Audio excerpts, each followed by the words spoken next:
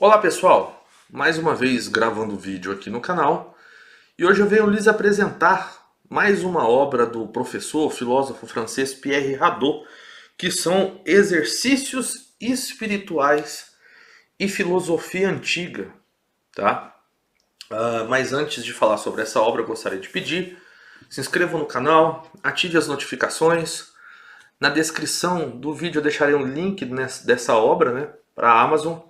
E também os links para os meus cursos, né, sobre a filosofia de Platão e a literatura de Dostoiévski. Tá? Bom, então falando especificamente desse livro, eu já apresentei aqui anteriormente um livro do professor Pierre Hadot que se chama O que é a Filosofia Antiga, né, que é uma espécie de resumão, né, condensado, como todo resumo, sobre a filosofia antiga, que vai mais ou menos ali dos pré-socráticos até a queda, aproximadamente, do Império Romano. Bom, esse livro aqui ele é um pouco diferente. Como eu enfatizei e vou reiterar aqui, algo que o professor Pierre Hadot sempre enfatiza é que na antiguidade filosofia e modo de vida era algo que era entrelaçados, né? Hoje é que nós temos, digamos, uma inversão, né, no sentido de que a filosofia acabou se tornando uma profissão acadêmica, né?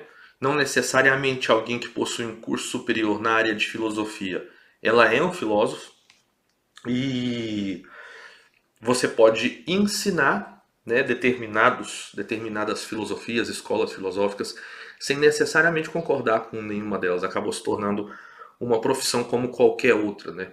Enquanto na antiguidade havia um entrelaçamento aí, como eu disse, entre modo de vida e filosofia. Havia um modo de viver filosófico. Quem mais enfatiza isso na sua vida é Sócrates, né? Que teve toda a sua... não deixou nada escrito, foi o seu aluno Platão, então, que o revive, né, nos seus diálogos maravilhosos, né? Com certeza, o maior filósofo que já existiu. Bom, essa obra, especificamente do Exercícios Espirituais, do Pierre Hadot, ela é uma reunião de artigos, tá? Do Pierre Hadot. Então, em certos momentos ele enfatiza, né? Porque justamente por ser a filosofia um modo de vida, era uma espécie de exercício, né? Inclusive, posteriormente, eu disse em outro vídeo, o cristianismo vem a absorver a filosofia grega, né? Principalmente nos primeiros séculos, a filosofia de Santo Agostinho, e com Santo Inácio de Loyola acaba ele mesmo criando seus exercícios espirituais, que são baseados na filosofia antiga, né? Então, na própria aba do livro vai dizer o seguinte, né? O livro é composto de 7 sessões, né? Reuniu em 1993 um conjunto de ensaios que em 2002 ganhou essa edição ampliada. Os ensaios aqui reunidos, dedicados ora a um assunto, ora a um filósofo específico, gravitam em torno de uma questão alojada no cerne do trabalho incansável e exaustivo de Hadot. No ponto de partida, trata-se de estabelecer por meio da caracterização do que ele chamou de exercícios espirituais. E bem no primeiro artigo ele vai dizer que exercícios, não havia outra palavra melhor do que se chamar de exercícios espirituais, apesar desses exercícios espirituais não estar ligado diretamente à tradição espiritual de uma religião, né? Uma distinção entre a filosofia antiga e a moderna, aquela definida principalmente por constituir uma maneira de viver. Esta, por ser uma atividade técnica de interpretação dos textos do domínio de especialistas, os professores de filosofia, no interior de uma instituição e universidade. Isso não quer dizer que os exercícios espirituais, ou seja, apesar de toda essa sistematização, né, esses exercícios espirituais tenham desaparecido na poeira do tempo. Ao contrário, eles estão sempre presentes como uma espécie de sombra da atividade filosófica, que de vez em quando retorna, algumas vezes de maneira intensa. Então, inclusive é o que ele vai dizer, né? A primeira parte se chama Exercícios Espirituais, né? Antigos e Filosofia Cristã, justamente porque ele faz esse paralelo, porque para ele, filosofar era mais ou menos algo como era uma maneira de viver, né? E aí exercícios espirituais, depois a expressão desconcerta um pouco o leitor contemporâneo. Primeiramente, não é mais de muito bom tom hoje empregar a palavra espiritual. É preciso, porém, resignar-se a empregar esse termo porque os outros adjetivos ou qualificativos possíveis, psíquico, moral, ético, intelectual, de pensamento, da alma, não cobrem todos os aspectos da realidade que queremos descrever. Poder-se-ia falar, evidentemente, de exercícios de pensamento, pois nesses exercícios o pensamento é tomado de algum modo, como matéria, e busca modificar a si mesmo. A palavra pensamento, porém, não indica de maneira suficientemente clara que a imaginação, a sensibilidade intervém de uma maneira muito importante nesses exercícios. Pelas mesmas razões, não é possível se contentar com exercícios intelectuais, ainda que os aspectos intelectuais, definição, divisão, raciocínio, leitura, pesquisa, amplificação, retórica, desempenhem um grande papel.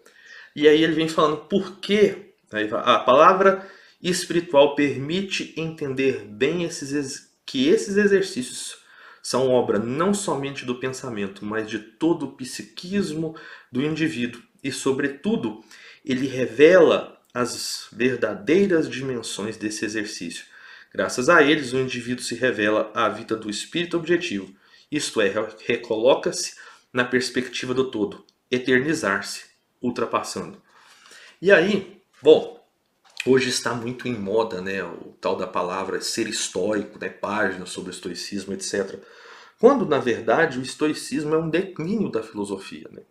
Quem tiver dúvidas sobre isso, não vou me ater aqui a essa crítica, porque ela já foi feita por vários historiadores, eu não sou historiador da filosofia, mas está muito clara e fundamentada, por exemplo, pelo professor Giovanni Reale, em sua obra, no primeiro volume da História da Filosofia, quando ele vai tratar do estoicismo. Ele vai falar que após Platão, Sócrates, Platão e Aristóteles, há esse declínio, e inclusive a metafísica, se é que nós podemos dizer assim, do estoicismo, ela é materialista. Enfim, mas né, eu acho interessante observar outros pontos de vista, como o próprio professor Pierre Hadot vai tratar aqui de Sócrates, a figura de Sócrates, Marco Aurélio, a física como exercício espiritual, o pessimismo e otimismo de Marco Aurélio, conversão, teologia negativa. E aí ele fecha na parte 7 com Eu e o Mundo, reflexões sobre a noção da cultura do si, de si. Há, nos dias atuais, professores de filosofia, mas não filósofos. O sábio e o mundo. A filosofia é um luxo? Os meus livros e minhas pesquisas. E o que é ética? Bom, então aqui, além de tudo, além de se basear, ele vai trazer várias citações de Nietzsche, de Kierkegaard. E como eu disse, ele traz uma certa ênfase nesses pensadores estoicos que eu, particularmente, não é um tipo de filosofia que me atrai, porque eu acho ela um pouco preocupada só com as externalidades. Enfim, né? Mas esse seria um assunto para um outro vídeo, e aí, como eu disse, basta vocês lerem ali as observações do professor Giovanni Reale na sua História da Filosofia. Mas aqui, de toda forma, fica uma indicação, tá? Eu acho esse livro muito interessante, ele é muito importante, justamente porque traz esse entrelaçamento entre filosofia, modo de vida e esses exercícios espirituais, a filosofia como um modo de viver. Então fica aqui, exercícios espirituais, filosofia antiga, Pierre Hadot. Tá? Um abraço e até a próxima.